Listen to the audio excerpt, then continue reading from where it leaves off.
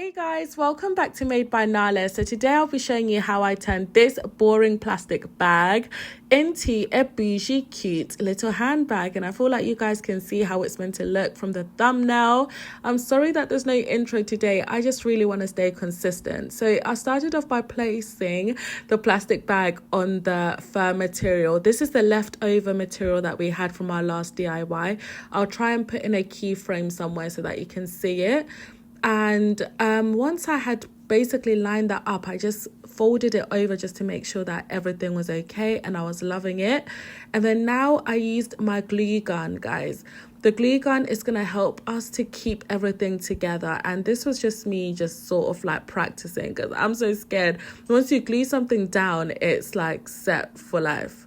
So this is just me practicing. And then I was finally ready to glue it down. And yeah, so this is me just literally quickly gluing it. And you want to do all sides. Don't glue the plastic bag because then you can change it over time. The plastic bag essentially is there to protect anything like spillages.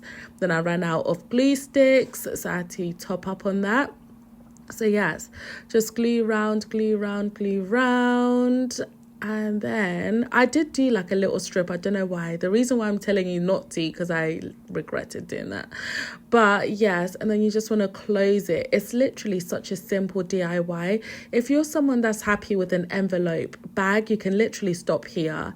But we do live in London where people snatch phones and all this stuff. So it's important that we put like a Velcro or something inside just to stop it. I'll definitely recommend using a press stud instead of Velcro because all the fluff started to stick to my Velcro. But nevertheless, here's me showing you how to use Velcro. So I took the tougher, the spiky side, let's just say, and I stuck it down on like the main bit of the bag, so the base of the bag, not on the envelope side. Okay, so like this part, that's the spiky side. Push that one down, and then now with the softer side, I glued it literally just opposite. I feel like it would be easier just to keep it still like stuck together, Velcro together, and then just like put some glue on the top as well. Like there's an easier way, but I did it like this anyway. So this is how the bag was looking, and it's basically done from here, but I really just wanted to take it to another level.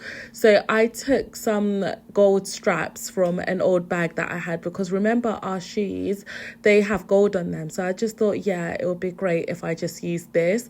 And luckily for me, it was just like a knotted bag handle. So I looped it out, and I wanted to keep it like with the possibility of using a different way of a type of strap, sorry. So I just used a safety pin, and I just safety pinned the strap to the bag so that I could change it and also return my gold bag strap back to its original bag. And guys, I thought I hurt myself here, so be very careful. So I thought I was gonna like pin myself together, but luckily for me, it didn't hurt me. It literally just pinned correctly.